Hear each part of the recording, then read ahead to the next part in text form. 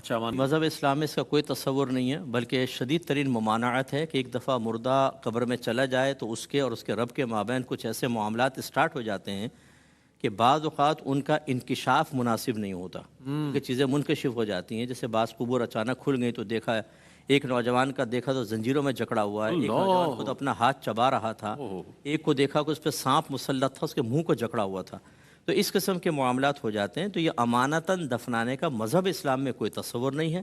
جہاں دفنا دیا گیا بس ٹھیک ہے، جیسے بعض اوقات گاؤں وغیرہ میں کوئی آیا اور وہاں ہو گیا، ہم نے دفنا دیا، اب اس کے ورثاء اس کو نکال نہیں سکتے، فاتحہ وغیرہ پڑھ لیں، اچھا نکال کے لے کے جا کے اپنے علاقے میں دفنا کے کریں گے کیا؟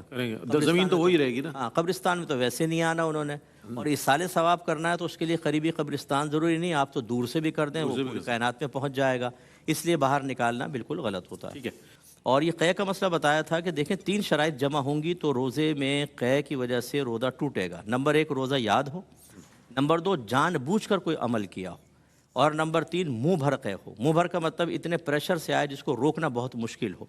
یہ 3 اگر نہیں ہے، مثلا ویسے آپ نے زیادہ کھا لیا، طبیعت بگڑی، ومیٹنگ ہو گئی، تو یہ کوئی جان بوجھ کر نہیں کرنا ہوتا، یہ طبیعت کے بگڑنے کی وجہ سے، یہ چاہے کتنی زیادہ کیوں نہ ہو، اس سے روزہ نہیں جائے گا، یہ ذہن میں رکھیں۔ 3 شرائط کو جمع دیکھ لیں، اگر جمع ہے تو روزہ جائے گا، ورنہ نہیں جائے گا۔ اور اگر چوٹ وغیرہ لگ جائے تو اس میں دیکھا جاتا ہے کہ کیا اتنا بلڈ نکلا ہے کہ اگر آپ اس کو نہ روکتے یا صاف نہ کرتے تو وہ چل پڑتا۔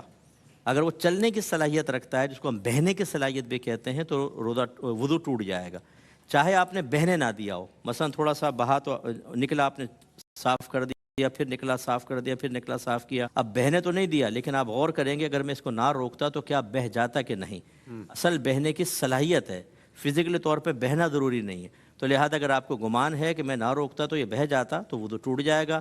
اور اگر آپ نے ٹیڑھا کر کے دیکھا نہیں چل رہا، تھوڑا بلڈ نکلا، نہیں چل رہا، بالکل اپنی جگہ رکا ہوا ہے، تو اس سے وضو نہیں جائے گا، اور یہ پاک بھی ہوتا ہے، اگر کپڑے پہ لگ جائے تو کپڑا ناپاک نہیں ہوگا۔ ٹھیک ہے کہ کیا کوئی خاتون اذان دے سکتی ہیں؟